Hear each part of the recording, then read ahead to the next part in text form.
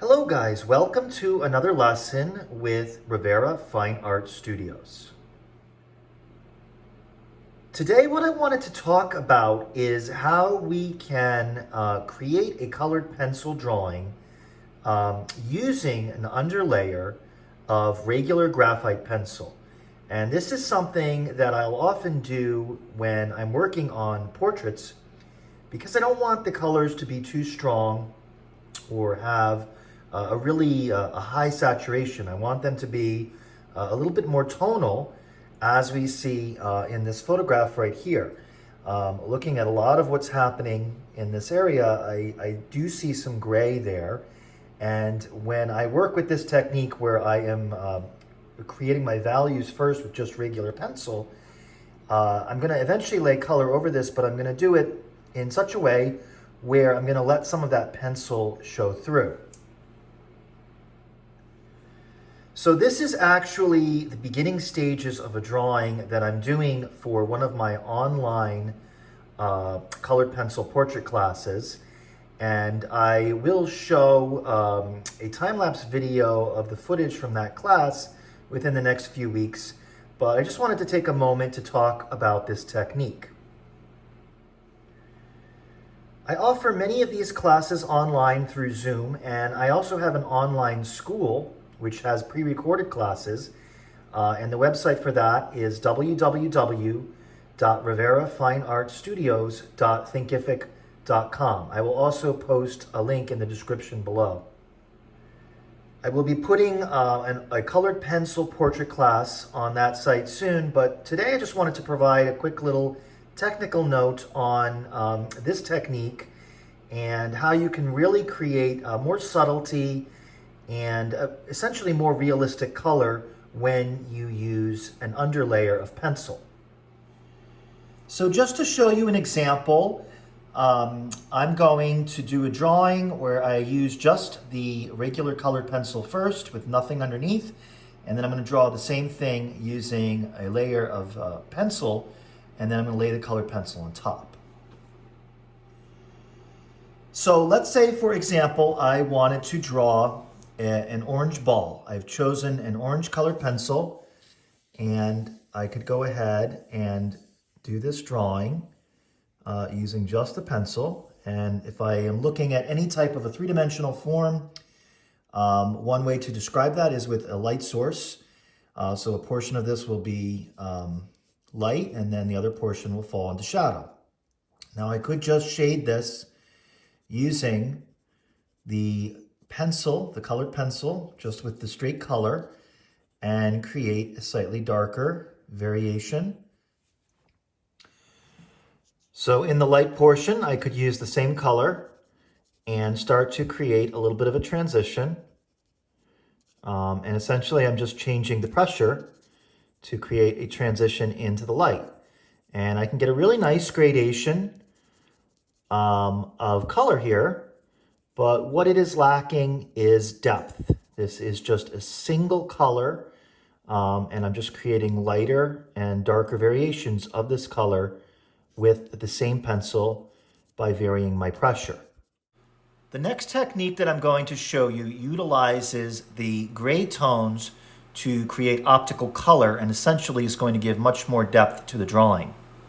Now this technique is something which I've developed over time. I do also work quite a bit with oil paint, and I've studied the techniques of the old masters, and they would work indirectly, meaning that they would have a layer of gray tones applied with paint first, and then they would glaze colors on top.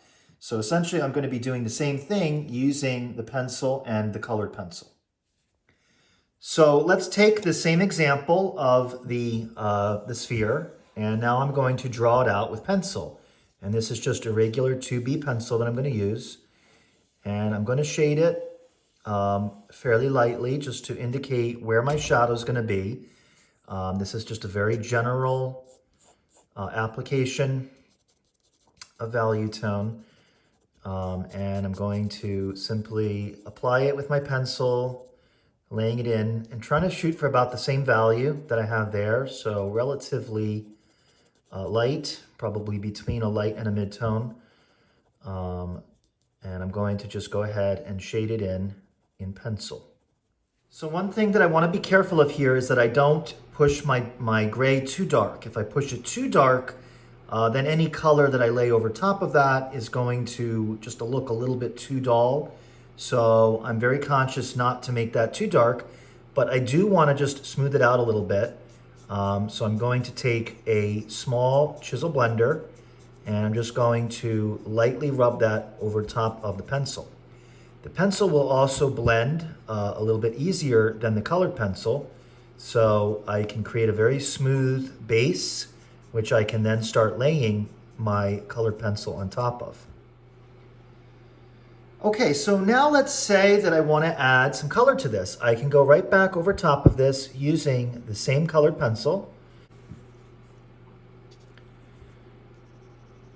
And this is going to read much more as a shadow. Now, when I think about shadows, I think about shadows are really where the darkness is falling over the form, shadow or shade.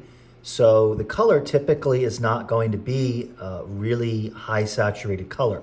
It's going to be much more neutral or low chroma. And the gray is really going to help me to neutralize this color as I lay it down. So now what happens is this is very neutral, but I can start to work some of this orange into my light section, and that will be a more saturated color or a higher chroma color because I won't have as much of the gray underneath.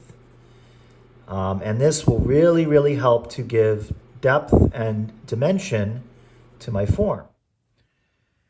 Okay, so now what you can see is the difference between these two, and I've shaded them exactly the same way. The only difference is that one has a layer of grays underneath it and the other one doesn't. So I'm going to add a fleshy color into the light portion on both of these. And this is similar to the orange, but it has a little bit more of an influence of pink in it. And I can just go ahead and start adding that into my light side to push this more towards a flesh tone. Okay, and now I will do the same thing on this lower one. Okay, so what you can see is starting to happen is that the top one still appears very uniform. There's, some slight variation of color, but it seems much flatter when we compare it to the bottom sphere. And that, once again, just has to do with the fact that there is that gray tone underneath that is essentially providing a value structure, which is going to help to increase the illusion of form. So what I want to do for the rest of this video is just speed it up. I'm going to add a few more additional colors just to create a little bit more nuance within each sphere, and then I'll come back at the end and talk a little bit about what I did.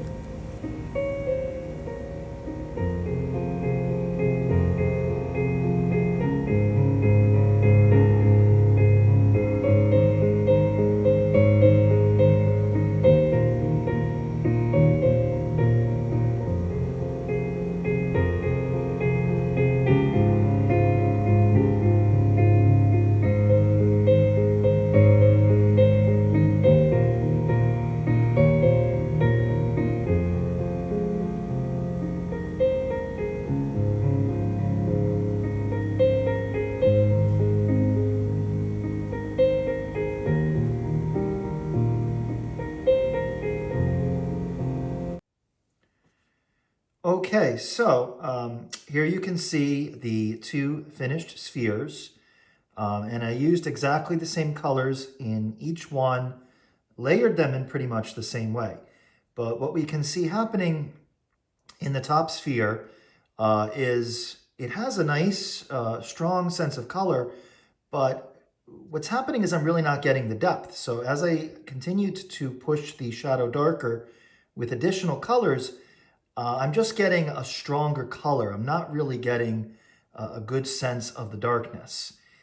Versus the bottom sphere where I layered those same colors right over top of my shadow, and you can see how that reads much better as a shadow. It's much lower chroma and much darker. And the light areas perhaps don't seem that much different, but there is a little bit of subtlety. There's a little bit more gray in between the shadow and the light, what I would consider the halftone, whereas this one doesn't have that. This is more uniform and just more of a continuous color, whereas this one has a little bit more of a gradation. Now, the other thing is when we compare that to the photograph, let me just zoom out for a moment, we can start to see some of those little bits of gray in between the shadow and the light. And we can also see that the lights themselves have just a hint of gray in them. They're not really quite as fully saturated as the color that I was getting on this sphere over here. So there's the comparison of the two different techniques.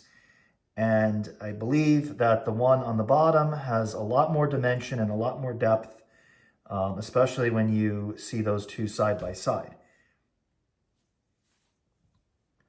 So moving forward with this drawing, once again, you can see that I've really mapped out all of my values very clearly. And this just also helps to create a structure for the drawing. So it gives me a really good idea of where I'm going to be going with my values. And I've just started to develop this eye here, adding a little bit of additional colors on top of that. And I'm going to continue to do that for the rest of this drawing. If you're interested in techniques like this, once again, you can find many classes on my online school. And the address for that, once again, is www.riverafineartstudios.thinkific.com. And I also offer a bunch of online Zoom classes, and you can find a list of those on my personal website, which is www.riverafinearts.com. Thanks very much for watching. I hope you enjoyed today's lesson, and I look forward to seeing you in a future video. Take care.